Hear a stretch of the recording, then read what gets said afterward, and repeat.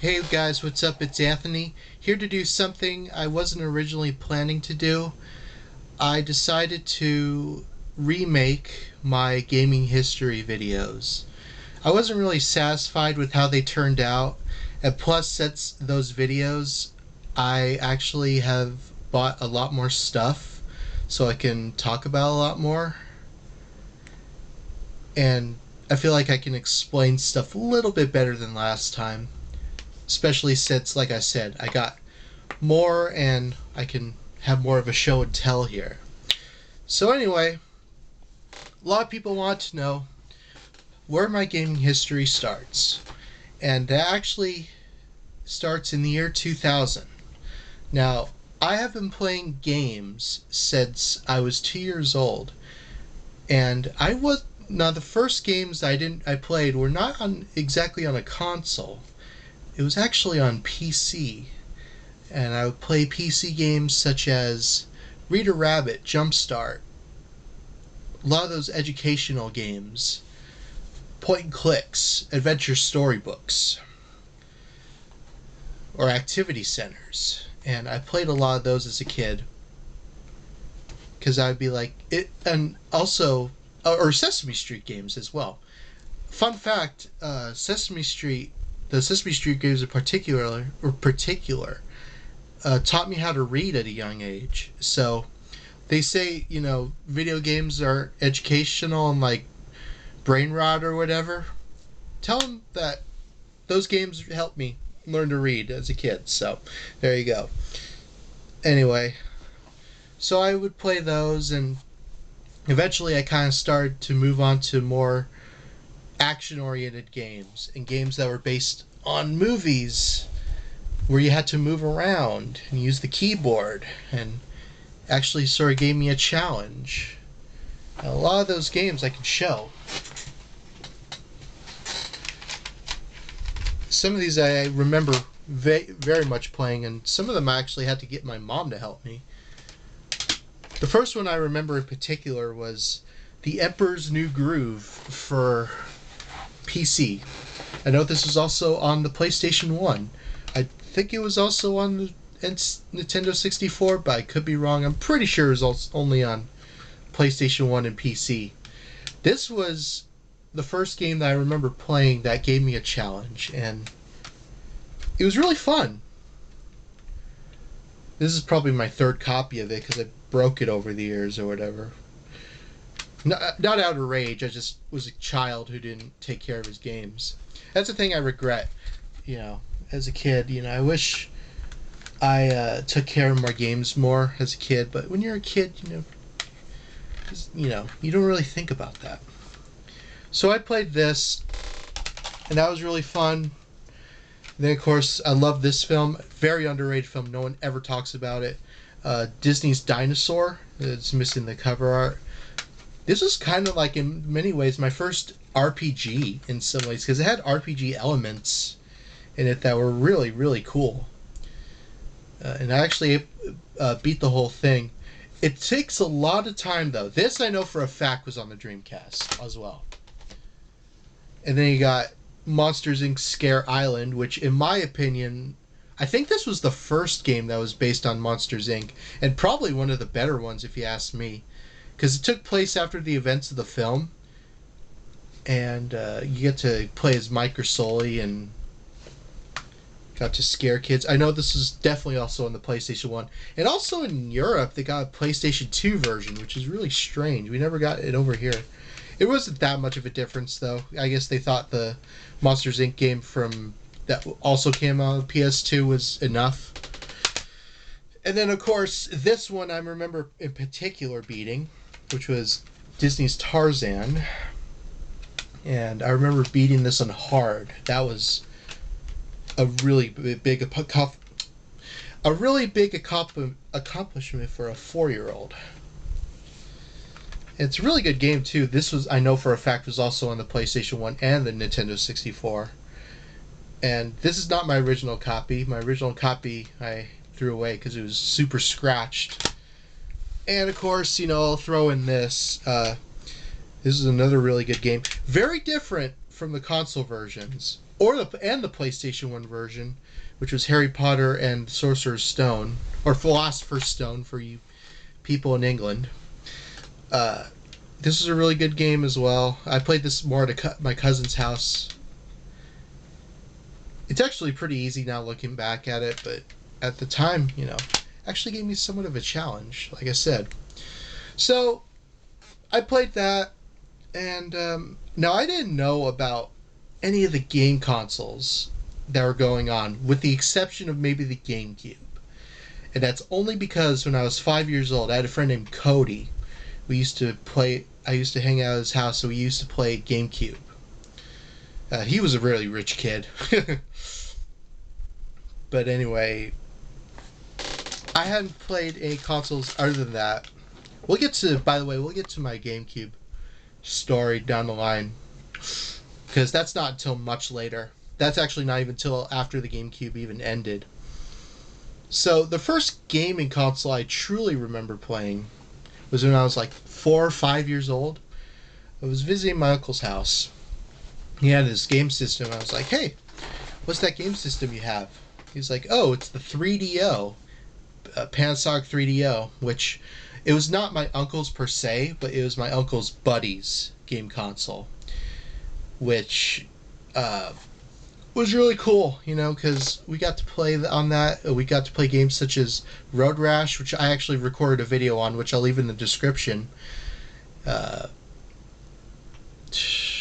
was it? It was a soccer game. It's probably one of the FIFA games or something.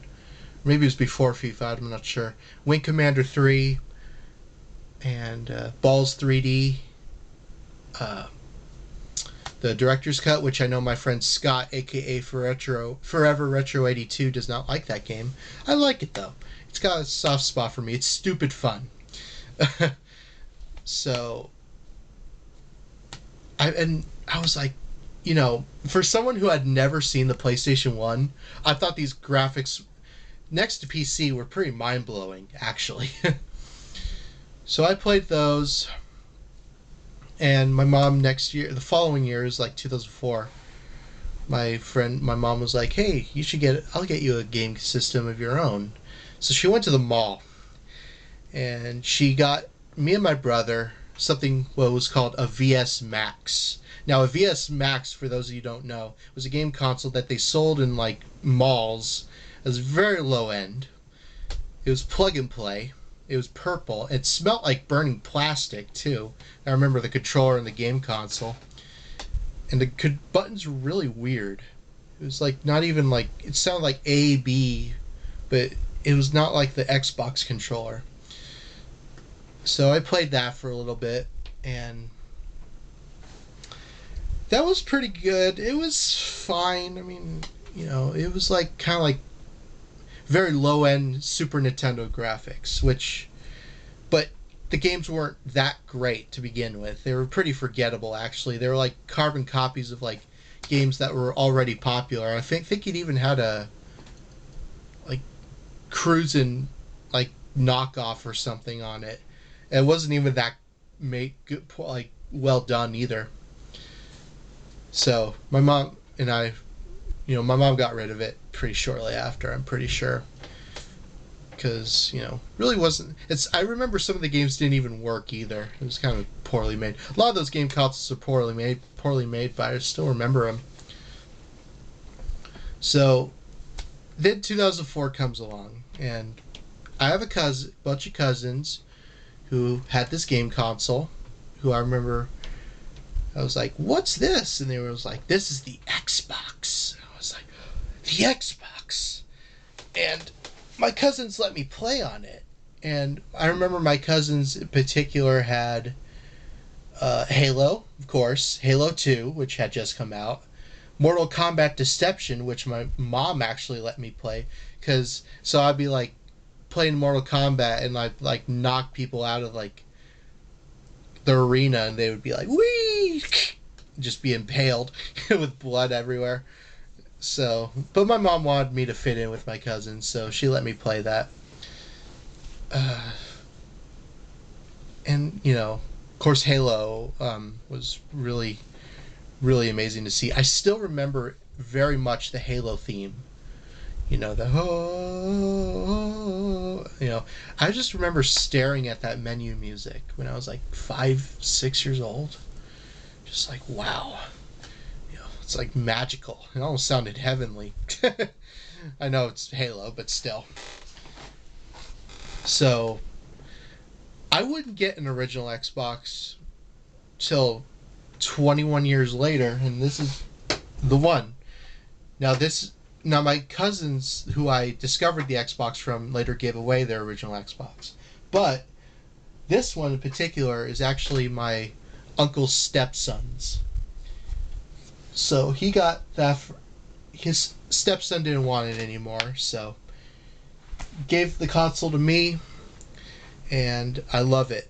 I've been, messing around with it, and I actually remember playing a couple other games on it. I also remember renting Teenage Mutant Ninja Turtles, the first one, based on the '03 series. And of course, I had to get games for it, so a lot of these are familiar to you if you're an Xbox gamer. Panzer Dragoon Orta, Ninja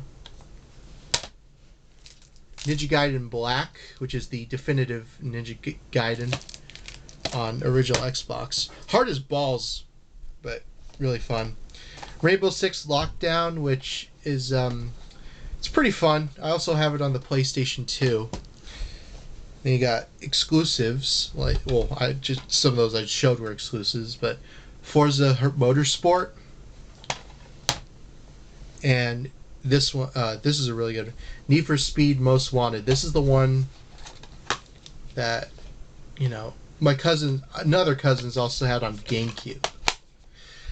But this is the OG Xbox version, and it's pretty good. I don't have the black edition or whatever that black edition is called, but I love the Xbox. It's probably my second favorite game console of the 6th generation, I would say. I mean, next to Dreamcast, because I did play Dreamcast, but I'd never owned one. I'd like to own one maybe someday. So, I always wanted an Xbox. Or something like that. Just some game console. 2005 comes along. And it's Christmas. Christmas is coming up. The 360 was out by then, but you couldn't get one anywhere. It was like everyone wanted one, but looking back at it, it was like I think my mom dodged a bullet for the 360, because the 360 is known to have a lot of issues. Well, the original. I do have a later 360, but we'll get to that when I get to that. So my mom asked a bunch of people, hey, what should I get my son?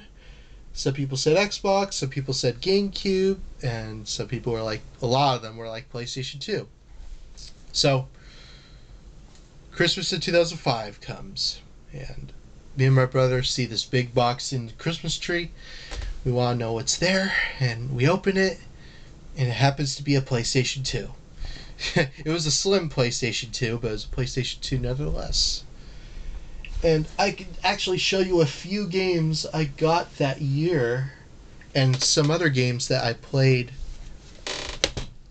afterwards.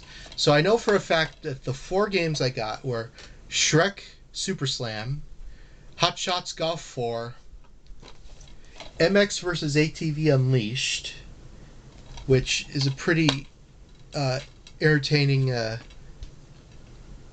motorcycle, sports game. ATV.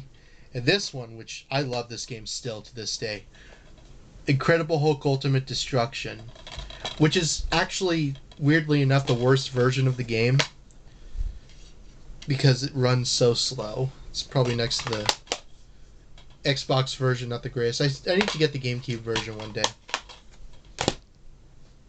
And then some other games I remember playing with the PlayStation 2 were, of course, Teen Titans, which I got in '06. This is my original copy, which also is the worst version of this game, because the GameCube version beats this tenfold. Still a good game, though. It's kind of weird. I should do a gameplay of it on my channel. Dragon Ball Z Budokai Tenkaichi 2, No. Oh no, this is the first one. But I did play this one as well. The first one. I played two more. And then, of course, Over the Hedge, which me and my brother played a lot. And man, we played this so much. I also have that on GameCube. It's very similar how they control, graphic-wise. For years and years and years, I would say the PlayStation 2 was my favorite game console of all time. And I would have said, I was stuck by that. I even stuck by it even after I graduated high school. It wasn't until my friend Andrew told me, hey, test out your old GameCube and play it. And that was like, okay, PlayStation 2 is actually now my third favorite game console of the 6th generation. Maybe the 4th, I don't know. No, it's my 4th. No, you know what? If you don't count the Dreamcast, it's my 3rd. And I still love the PlayStation 2. I have a slim and a fat PS2. So I got two PlayStation 2s. So that's pretty cool. It was, for a good reason, I can understand why my mom got a PlayStation 2, because everybody was like, said get a PlayStation 2. You could play DVDs, CDs, and you could even have internet on it if you had a broadband adapter, which, of course, Xbox had an Xbox Live, and you couldn't really do live online on the GameCube. I kind of wish you could have, but, there were a couple games that did it, but not a lot. So anyway, for the first 7-8 years of my life, those are all what I played on. And for a couple of years later, I would move on to game consoles such as the Wii, PlayStation 3, and then of course I got a Xbox 360 many years later, but we'll get to that. And yeah, so that was another chapter in its own, but we'll talk about that in the next part. So anyway, I hope you enjoyed this video. Thank you all for watching. Check in the link in the description for the 3DO fun video that me and my uncle filmed. Because I actually filmed us playing Road Rash. And that was really fun. I should have done more episodes of that. We were going to do Way of the Warrior. But whatever. Anyway, I hope you enjoyed this gaming story video. I know some details may have been a little scattered over the years, I'm 27 years old and not going to have a super perfect memory, but I remember a lot. At least people say I do. So anyway, I hope you enjoyed, and thank you all for watching, and I'll see you in the next part. So see ya.